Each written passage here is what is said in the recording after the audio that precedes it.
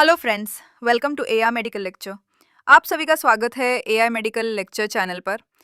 आज के इस वीडियो में हम लोग डिस्कस करेंगे एक इम्पॉर्टेंट डिजीज़ जो मेडिकल सर्जिकल नर्सिंग के सिलेबस का पार्ट है, एंड दैट इज़ न्यूमोनिया। ये टॉपिक एग्जाम्स के लिए भी इम्पॉर्टेंट है और प्रैक्टिकल नॉलेज के लिए भी बहुत यूज़फुल है। इस वीडियो में हम कवर करेंगे कॉजेज़ यानी न्यूमोनिया होने के कारण, पैथोफिजियोलॉजी यानी इस डिजीज़ का अंदर का मैकेनिज्म, साइंस एंड सिम्टम्स यानी पेशेंट में कौन से लक्षण दिखते हैं, प्रिवेंशन एंड ट्रीटमेंट मतलब इसका बच्चा वर इलाज कैसे होता है। हम सब कुछ इजी लैंग्वेज में समझेंगे, इंग्लिश और हिंदी दोनों में, ताकि आपको कॉन्सेप्ट क्लियरली समझ आए। तो चलिए बिना टाइम वेस्ट किए शुरू करते हैं आज का topic, pneumonia. Pneumonia is an inflammation of the lung tissue, specially the alveoli air sacs. अब इसको थोड़ा आसान भाषा में समझते हैं। न्यूमोनिया एक ऐसी कंडीशन है जिसमें लंग्स के टिश्यूज में सूजन हो जाती हैं, खासकर एल्वियोली यानी छोटी हवा की थालियां जो हमारे लंग्स में होती हैं और गैस एक्सचेंज का काम करती हैं, उनमें सूजन हो जाती है।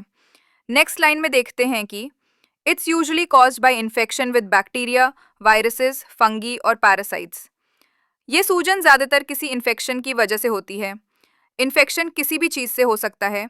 बैक्टीरिया जैसे स्ट्रेप्टोकोकस न्यूमोनिया, वायरस जैसे इन्फ्लुएंजा वायरस, कोविड-19 वायरस, फंगी जैसे एस्परगिलस और कभी कभी पैरासाइट्स भी रिस्पॉन्सिबल होते हैं। इनमें से बैक्टीरिया सबसे कॉमन कॉज होता है न्यूमोनिया का। अब थोड़ा नेक्स्ट लाइन में समझते हैं। Alveoli get filled with fluid और pus, making it difficult to breathe. तो जब इन्फेक्शन होता है तो हमारे बॉडी का इम्यून सिस्टम रिएक्ट करता है और उस प्रोसेस में एल्वियोली के अंदर फ्लूइड, पानी या पस जमा हो जाता है। नेक्स्ट स्लाइड में हम इसकी टाइप्स को देखते हैं कि न्यूमोनिया कितने टाइप्स का होता है। फर्स्ट है लोबार न्यूमोनिया। लोबार न्यूमोनिया में फेफड़े का एक पूरा हिस्सा लोब इन्फ्लेम्ड हो जाता है। ये फास्ट ऑनसेट न्यूमोनिया होता है, मतलब अचानक तेज बुखार, ठंड लगना और गाढ़े पीले या जंग जैसे रंग का बलगम निकलता है। इसमें चेस्ट पेन होता है, खासकर सांस लेते समय। कॉमन बैक्टीरिया जो होते हैं, स्ट्रेप्टोकोकस निमोनिया होता है। जब इस न्यूमोनिया में चेस्ट एक्सरे करवाते हैं तो एक्सरे में साफ एक लोब वाइट दिखेगा। ये जो लोबार निमोनिया होता है मोस्टली हेल्दी एडल्ट्स में होता है। सेकंड होता है ब्रोंकोनिमोनिया। इसमें लंग्स के अंदर के छोटे छोटे हिस्सों में मल्टीपल पैचेस में इन्फेक्शन होता है। ये इन्फेक्शन ब्रोंक्यूल से स्टार्ट होता है और सराउंडिंग एल्वियोल तक फैल जाता है। इसमें ये जो होता है एल्डरली बेडरिडन पेशेंट्स या वीक कम्युनिटी वालों में ज़्यादा होता है। इसका सिम्टम्स में धीरे धीरे बुखार, खसी, वीकनेस होता है। जब एक्सरे पेशेंट का एक्सरे करवाया जाता है तो एक्सरे में स्कैटर्ड पैची एरियाज दिखते हैं पूरे फेफड़े में। थर्ड होता है एस्पिरेशन न्यूमोनिया। कभी कभी स्ट्रोक या अनकॉन्शियस कंडीशन में स्वॉलिंग का कंट्रोल चला जाता है, यानी कि खाना निगलने का कंट्रोल। इसी वजह से फूड, सलाइवा या वॉमिट गलती से ट्रिकिया से होते हुए लंग्स तक पहुंच जाता है। ये जो सब्सटेंसेस होते हैं लंग्स में इन्फेक्शन कर देते हैं, स्पेशली राइट लोअर लोब में। सिम्टम्स होता है इसका बदबूदार, बलगम, तेज बुखार और सांस की दिक्कत। फोर्थ होता है एटिपिकल निमोनिया। इसको वॉकिंग निमोनिया भी कहा जाता है। इसका कॉज होता है माइकोप्लाज्मा निमोनिया, क्लैमिडिया या लेजियोनेला बैक्टीरिया और इसका सिम्टम्स होता है ड्राई कॉफ यानी कि सूखी खांसी, mild fever, sore throat, body एक। फिफ्थ है हॉस्पिटल अक्वायर्ड निमोनिया। अगर किसी पेशेंट को हॉस्पिटल एडमिट होने के 24 आवर्स के बाद निमोनिया होता है तो उसे हॉस्पिटल अक्वायर्ड निमोनिया कहते हैं। इसमें इन्फेक्शन हॉस्पिटल के एनवायरनमेंट से आता है, जैसे MRSA, methicillin resistant staph aureus, pseudomonas. ये ज्यादातर आईसीयू पेशेंट्स या सर्जरी के बाद के पेशेंट्स में होता है। सिक्स टाइप होता है वेंटिलेटर एसोसिएटेड निमोनिया। जब पेशेंट वेंटिलेटर मशीन पे 2 दिन या उससे ज्यादा टाइम के लिए होता है तो ये हो सकता है। इसमें बैक्टीरिया वेंटिलेटर ट्यूब के थ्रू लंग्स में चले जाते हैं। ये क्रिटिकल इलनेस के पेशेंट्स में होता है जिनकी इम्यूनिटी ऑलरेडी लो होती है। अब हम लोग बात करेंगे कॉजेज ऑफ निमोनिया की। तो इसमें हम सबसे पहले बैक्टीरियल कॉज को देखते हैं, जिसमें फर्स्ट है स्ट्रेप्टोकोकस निमोनिया। ये सबसे कॉमन बैक्टीरिया है जो निमोनिया करता है। सेकेंड है क्लिब्जियला निमोनिया। ये मोस्टली अल्कोहलिक पेशेंट्स में होता है। थिक और जेली लाइक स्प्यूटम निकलता है। ये सीरियस इन्फेक्शन होता है। थर्ड है स्टेफिलोकोकस ऑरियस। ये निमोनिया वायरल फ्लू के बाद या हॉस्पिटल के पेशेंट्स में होता है। अब हम सेकंड में वायरल कॉज को देखते हैं, जो कि फर्स्ट है इन्फ्लुएंजा वायरस। ये सीजनल फ्लू वायरस होता है। ये एल्डरली और वीक इम्यूनिटी वाले लोगों में निमोनिया करता है। सेकंड है कोरोना वायरस कोविड-19। इस वायरस से वायरल निमोनिया होता है। ड्राई कफ, फीवर और ऑक्सीजन लेवल गिरता है, आईसीयू तक ले जा सकता है ये प्रॉब्लम। अब हम थर्ड में फंगल कॉज को देखते हैं। हिस्टोप्लाज्मा एस्परजिलस, ये फंक्स के चलते फंगल निमोनिया होता है। ओथार कॉज की बात करें तो इसमें aspiration pneumonia, hospital acquired pneumonia, ventilator associated pneumonia ये होता है। अब नेक्स्ट हम बात करेंगे रिस्क फैक्टर की। तो इसमें फर्स्ट है एज। बहुत छोटे बच्चे, खासकर 5 साल से कम उम्र के और बुजुर्ग 65 साल से ऊपर के लोग, इनकी इम्यूनिटी कमजोर होती है, इसलिए इनको निमोनिया होने का खतरा ज्यादा होता है। सेकंड है वीकेंड इम्यून सिस्टम। जिन लोगों को एचआईवी है या जिन्हें कैंसर है, जो मैल न्यूट्रिशन के शिकार है या जो दवाइयां ले रहे हैं जो इम्यूनिटी को दबा देती हैं, जैसे स्टेरॉइड्स, कीमोथेरेपी, उनमें न्यूमोनिया जल्दी हो सकता है क्योंकि बॉडी इन्फेक्शन से लड़ नहीं पाती। थर्ड है क्रॉनिक डिजीजेस। अगर किसी को पहले से डायबिटीज, आस्मा, सीओपीडी या उनको हार्ट रिलेटेड कोई बीमारी हो तो उनकी लंग्स पहले से कमजोर होती है, इसलिए उनमें जल्दी इन्फेक्शन फैल जाता है और न्यूमोनिया हो जाता है। फोर्थ है लैक ऑफ वैक्सीनेशन। जो लोग न्यूमोनिया के खिलाफ वैक्सीन नहीं लेते, जैसे कि न्यूमोकॉकल वैक्सीन या इन्फ्लुएंजा वैक्सीन, तो उस पर्सन को इन्फेक्शन से सुरक्षा नहीं मिलती और जल्दी बीमार पड़ जाते हैं। फिफ्थ फैक्टर की हम बात करें तो वो है lifestyle factors.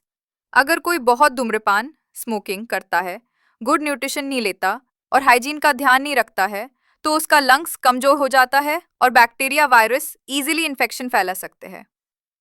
Next risk factor की बात करें तो वो है एनवायरमेंटल एंड ऑक्यूपेशनल रिस्क्स। अगर कोई व्यक्ति पोल्यूटेड जगहों पर रहता है या डस्ट और केमिकल्स के संपर्क में है, जैसे फैक्ट्री वर्कर्स, कंस्ट्रक्शन वर्कर्स या जो लोग हॉस्पिटल या भीड़ वाली जगहों में काम करते हैं, उन्हें बैक्टीरिया और वायरस से ज़्यादा एक्सपोजर होता है, इसलिए निमोनिया का चांस बढ़ जाता है। नेक्स्ट हम न्यूमोनिया की पैथोफिजियोलॉजी के बारे में समझते हैं। ड्यू टू इटियोलॉजिकल फैक्टर्स, यानी कि निमोनिया की शुरुआत होती है किसी कारण से, जैसे बैक्टीरिया, वायरस या फंगस। इसके बाद micro organism enters lungs via Airways. सूक्ष्मजीव हमारे नाक और सांस की नली से होकर लंग्स के अंदर चले जाते हैं। जैसे ही शरीर को पता चलता है कि इन्फेक्शन हो गया है, ये माइक्रो ऑर्गेनिजम्स बॉडी में एंटर कर गया है, तब हमारा बॉडीज इम्यून सिस्टम रिएक्ट्स। तो हमारा इम्यून सिस्टम तुरंत प्रतिक्रिया देता है और लड़ाई शुरू कर देता है इन्फेक्शन से। इसके बाद alveoli become inflamed and filled with fluid pus. Alveoli, जो लंग्स के अंदर की हवा की छोटी थैलियां होती हैं, सूज जाती हैं और उनके अंदर पानी या मवाद पस भर जाता है। जैसे ही एल्वियोली में सूजन होता है, gas exchange is reduced, hypoxia. जब एल्वियोली के अंदर पानी भर जाता है तो वहां पर जो गैस एक्सचेंज होता है, ऑक्सीजन अंदर और कार्बन डाइऑक्साइड बाहर, वो रुक जाता है या कम हो जाता है। And lastly patient shows symptoms like fever, cough, breathlessness. इस पूरी प्रक्रिया के कारण पेशेंट को बुखार, खांसी। अब हम बात करेंगे क्लिनिकल मैनिफेस्टेशंस ऑफ न्यूमोनिया की, मतलब कि साइन एंड सिम्टम्स के बारे में। जैसे कॉफ ड्राई और प्रोडक्टिव विद स्प्यूटम, मरीज को खांसी होती है, कभी सूखी खांसी होती है और कभी बलगम वाली, जिसमें पीला या हरा बलगम आ सकता है। फीवर, चिल्स, बुखार और ठंड लगना, शरीर का तापमान बढ़ जाता है, मरीज को ठंड लगने के साथ कांपने जैसा महसूस हो सकता है। चेस्ट पेन वाइल ब्रीदिंग और कॉफिंग, सांस लेते या खांसी करते समय सीने में दर्द, खांसी या गहरी सांस लेने पर सीने में चुभने जैसा दर्द होता है, ये फेफड़ों की सूजन की वजह से होता है। शॉर्टनेस ऑफ ब्रेथ, मरीज को हल्की मेहनत या चलने पर भी सांस फूलने लगती है, कभी कभी आराम में भी सांस लेने में दिक्कत होती है। फटीग, वीकनेस, शरीर में थकान महसूस होती है और रोजमर्रा के काम करने में मन नहीं लगता, शरीर में कमजोरी बनी रहती है। टैकीपिनिया, मरीज की सांस लेने की दर बढ़ जाती है, जैसे सामान्य से तेज तेज सांसें लेना। Crackles, rails on chest auscultation, doctor जब स्टेथोस्कोप से सीना सुनते हैं तो फेफड़ों में फटी फटी आवाजें, क्रैकलिंग साउंड्स सुनाई देती हैं, जो फेफड़ों में बलगम भरने का संकेत है। साइनोसिस इन सिवियर केसेस, जब शरीर को पर्याप्त ऑक्सीजन नहीं मिलती तो होंठ और उंगलियां नीली दिखने लगती हैं, इसे साइनोसिस कहते हैं। अब हम लोग बात करेंगे डायग्नोस्टिक इवैल्यूएशन ऑफ न्यूमोनिया, यानी कि निमोनिया की जांच के तरीके। फर्स्ट है चेस्ट एक्सरे ये सबसे जरूरी टेस्ट होता है। इससे पता चलता है कि फेफड़ों में सूजन, बलगम या पानी भरा है या नहीं। निमोनिया की पुष्टि में ये पहली जांच होती है। सेकंड है स्प्यूटम कल्चर। मरीज के बलगम का सैंपल लिया जाता है, जिससे ये पता चलता है कि निमोनिया किस बैक्टीरिया या वायरस से हुआ है। इससे सही एंटीबायोटिक दवा चुनने में मदद मिलती है। थर्ड है सीबीसी, कंप्लीट ब्लड काउंट। इससे शरीर में इन्फेक्शन के लक्षण मिलते हैं, जैसे WBC, व्हाइट ब्लड सेल्स बड़े होते हैं, जो बताते हैं कि शरीर किसी संक्रमण से लड़ रहा है। फोर्थ है ब्लड कल्चर। खून का सैंपल लेकर देखा जाता है कि क्या खून में भी बैक्टीरिया पहुंच गया है। अगर ब्लड कल्चर पॉजिटिव है तो संक्रमण गंभीर हो सकता है। फिफ्थ है ABG, आर्टीरियल ब्लड गैस। ये टेस्ट खून में ऑक्सीजन और कार्बन डाइऑक्साइड की मात्रा बताता है। ये गंभीर मरीजों में किया जाता है, जिससे सांस की गंभीर स्थिति का पता चले। सिक्स्थ है CRP, ESR। ये खून में सूजन या इन्फेक्शन का संकेत देते हैं। अगर CRP या ESR ज्यादा है तो इसका मतलब शरीर में इन्फ्लेमेशन है। अब बात करते हैं प्रिवेंशन ऑफ निमोनिया की। इसमें फर्स्ट है वैक्सीनेशन। निमोनिया से बचने का सबसे अच्छा तरीका है वैक्सीन लगवाना, जैसे न्यूमोकॉकल वैक्सीन और इन्फ्लुएंजा वैक्सीन। ये खासकर बच्चों, बुजुर्गों और कमजोर रोग प्रतिरोधक वाले लोगों को जरूरी है। सेकंड है गुड हैंड हाइजीन। बार बार हाथ धोना, खासकर खाने से पहले और बाहर से आने के बाद। इससे वायरस और बैक्टीरिया शरीर में जाने से रोके जाते हैं। नेक्स्ट है अवॉइड स्मोकिंग। स्मोकिंग से फेफड़े कमजोर हो जाते हैं और निमोनिया का खतरा बढ़ता है। धूम्रपान करने वालों में संक्रमण जल्दी फैलता है। Next, stay away from sick people. जिन लोगों को खांसी, जुकाम या फ्लू है, उनसे दूर रहें, क्योंकि निमोनिया फैलने वाला संक्रमण हो सकता है। Next, boost immune system. पौष्टिक खाना, पर्याप्त नींद और नियमित व्यायाम से शरीर की रोगों से लड़ने की क्षमता बढ़ती है। नेक्स्ट, प्रिवेंशन है ट्रीट क्रॉनिक इलनेस प्रॉपर्ली, जैसे डायबिटीज, अस्थमा, हार्ट डिजीज। अगर इन्हें कंट्रोल में नहीं रखा गया तो निमोनिया का रिस्क बढ़ता है। एंड लास्ट है यूज मास्क इन क्राउडेड एरियाज। भीड़ भाड़ वाली जगहों पर मास्क पहने। तो ये था प्रिवेंशन निमोनिया डिजीज का। नेक्स्ट स्लाइड में हम बात करेंगे मेडिकल मैनेजमेंट ऑफ निमोनिया का। अब हम देखते हैं कि इसका मेडिकल मैनेजमेंट कैसे किया जाता है। फर्स्ट है एंटीबायोटिक थेरेपी। यदि निमोनिया बैक्टीरिया से हुआ है तो डॉक्टर बैक्टीरिया को मारने के लिए दवाएं देते, जैसे कि एमॉक्सिसिलिन, एजिथ्रोमाइसिन, सेफ्ट्राइक्सोन। सेकंड है एंटीवायरल और एंटी फंगल ड्रग्स। यदि वायरस या फंगल इन्फेक्शन कारण हो तो उसी के अनुसार दवाएं दी जाती हैं, जैसे कि ओसेल्टिमिवीर वायरल के लिए, फ्लूकोनाजोल फंगल के लिए। नेक्स्ट है बुखार के लिए पैरासीटामोल, और शरीर दर्द या सीने के दर्द के लिए आइबुप्रोफेन जैसे पेन किलर्स दी जाती हैं। नेक्स्ट है ऑक्सीजन थेरेपी। अगर मरीज को सांस लेने में दिक्कत हो और SpO2 कम हो तो ऑक्सीजन सपोर्ट दिया जाता है। नेक्स्ट है IV फ्लूइड्स। कमजोरी, डिहाइड्रेशन या उल्टी वाले मरीजों को IV फ्लूइड्स दिए जाते हैं ताकि शरीर का संतुलन बना रहे। नेक्स्ट है नेबुलाइजेशन।